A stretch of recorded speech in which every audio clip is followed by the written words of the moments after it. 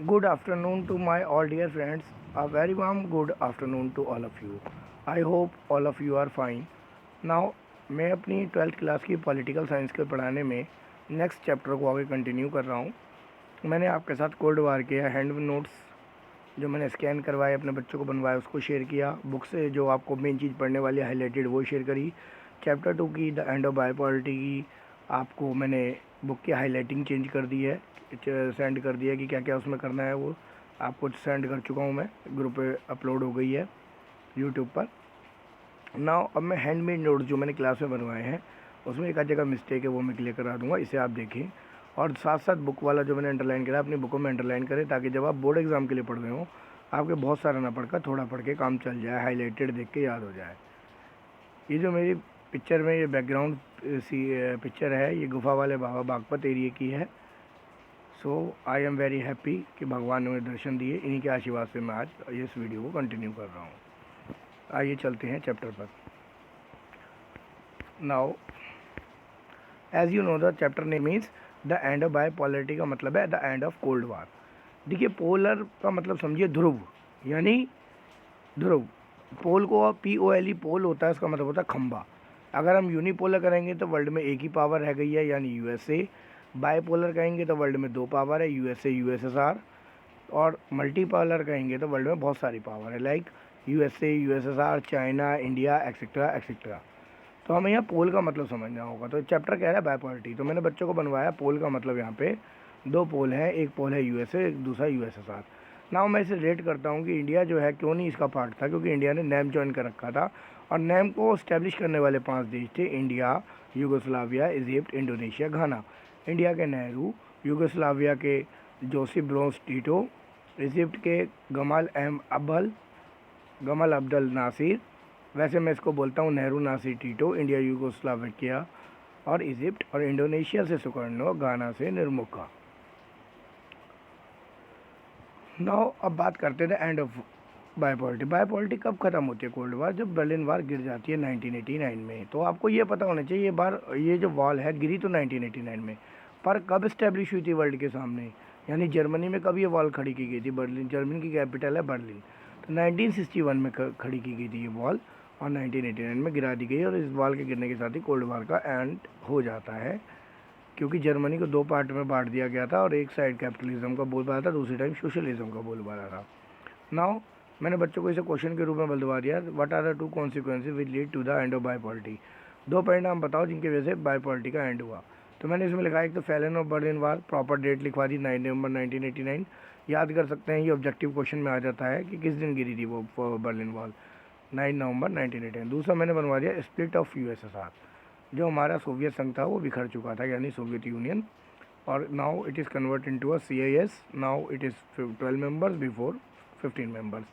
3 are Baltic states, those I mentioned in the last chapter, even in this chapter also. What is the meaning of unipolar? मैंने बता दिया, when in the world only one superpower is exist then it is known as a unipolar। इसी तरह bipolar, 2 superpower in the world। Multipolar में हम कहेंगे 2 then more superpower in the world।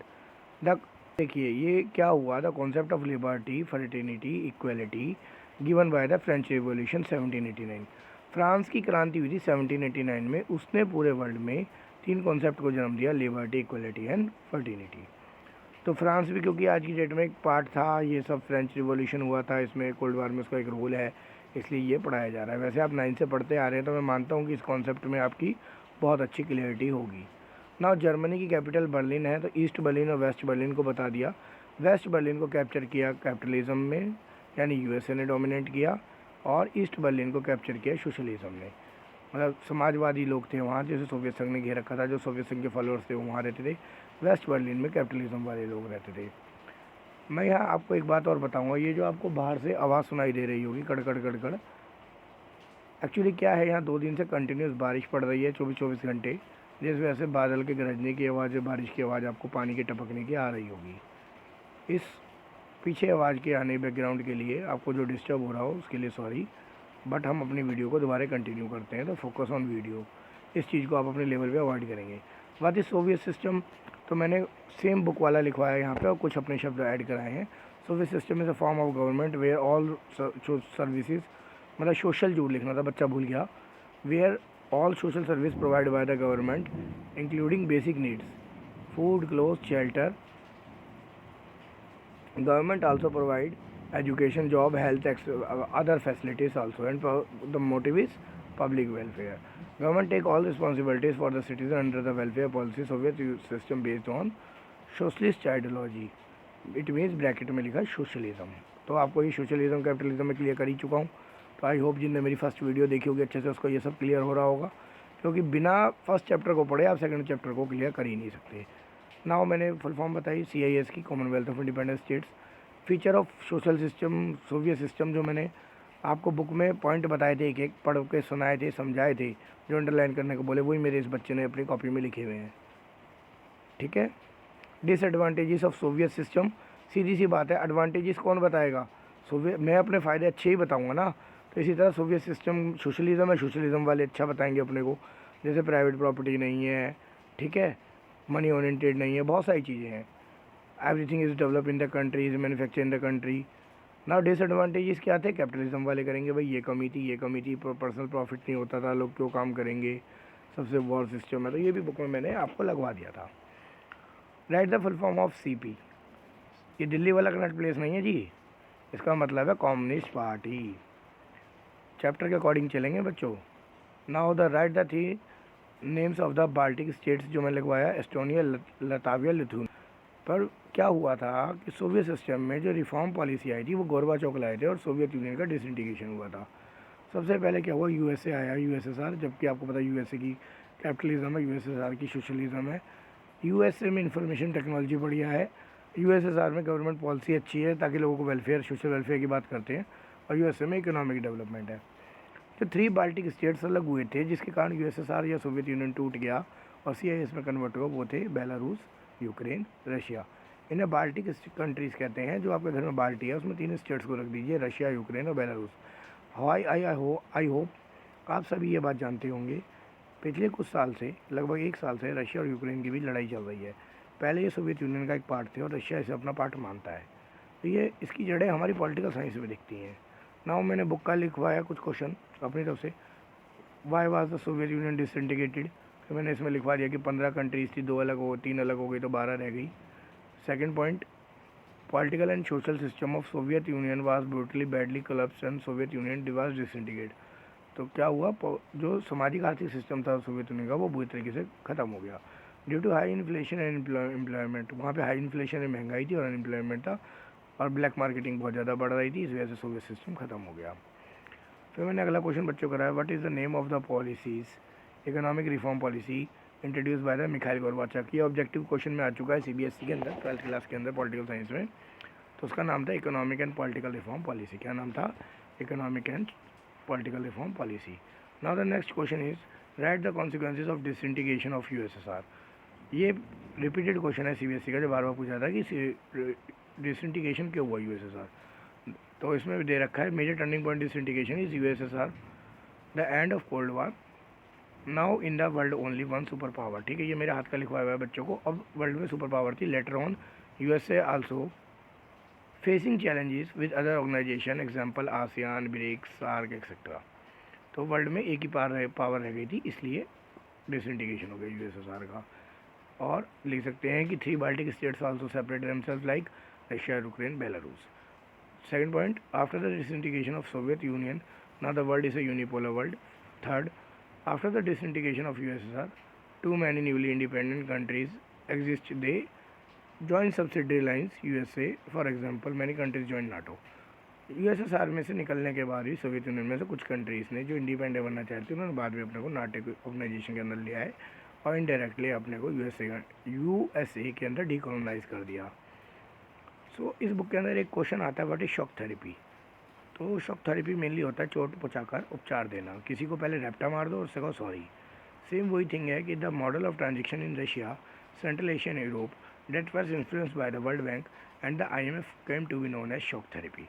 हुआ क्या था, रशिया, सेंट्रल एशिया और East Europe के देशों में जो IMF वर्ल्ड बैंक ने लोन देकर उनको सॉवरेनिटी, नेशनलिटी की भावना डेवलप करी थी, जिस वजह से वो अलग हुए। वो अलग तो हो गए पर उनको लोन, अपने यहाँ डेवलपमेंट के लिए लोन लेना पड़ा, और जो लोन लेना पड़ा वो दोबारा से उन देशों के अंडर दब गए। Now consequences of shock therapy क्या हुआ, मैंने इसे 3 पॉइंटों में लिखवाया बच्चे को। Largest garage sale in Russia, क्योंकि प्राइवेटाइजेशन करने की बात आ गई थी, सरकारी संपत्ति को 90% डिस्काउंट में बेचा जा रहा था और 90% प्रॉपर्टी सरकारी बिक गई थी प्राइवेट हाथों में। दूसरा, the currency of the Russia that is called rouble, ये ऑब्जेक्टिव क्वेश्चन में पूछा है कि रशिया की करेंसी कौन सी है, रूबल। तो रूबल का जो वैल्यू थी वो डिक्लाइन हो गई। Third, end of social welfare policy, वहाँ पे सोशल वेलफेयर पॉलिसी ख़त्म हो गई। तो इसको अपने आप बड़े में करके लिख लेंगे कि अब लास्ट जस्ट गैरेज सेल क्या था ये समझिए आप। रशिया में के अंदर, यानी जब रशिया में जब ये बात की गई कि अब समाज में चेंजेस लाने बहुत ज़रूरी हैं और सोशलिज़म से काम नहीं चलेगा, तो इसके अंदर एक बात रखी गई कि इस चेंजेस को लाने के लिए सरकारी व सोशल वेलफेयर पॉलिसी अगर फेल है तो प्राइवेटाइजेशन कर दो। क्योंकि जो आपको मैंने बताया था, गोरबाचोव आए थे, गोरबाचोव के बाद येल्त्सिन आए, तो उन्होंने क्या किया, यूएसएसआर को सीआईएस में कन्वर्ट करवा दिया, 3 को अलग करवा के, और प्राइवेटाइजेशन का कॉन्सेप्ट लाई दिया था। प्राइवेटाइजेशन के साथ सरकारी संपत्ति को ये 90% पे भेज दिया गया, 90% के घाटे से, और 90% प्रॉपर्टी भेज दी, तो सरकार का क्या रह गया, क्योंकि लोग अब कैपिटलिज्म से इंस्पायर हो चुके थे। नाउ उसका आउटपुट क्या आता है, जो सरकारी बड़े बड़े गैरेज थे, सरकारी फैक्ट्रीज थी, उनको कूड़े के भाव उठा के दे दिया गया, अर्थात 100 रुपये की चीज़ 10 रुपये में दी जा रही थी।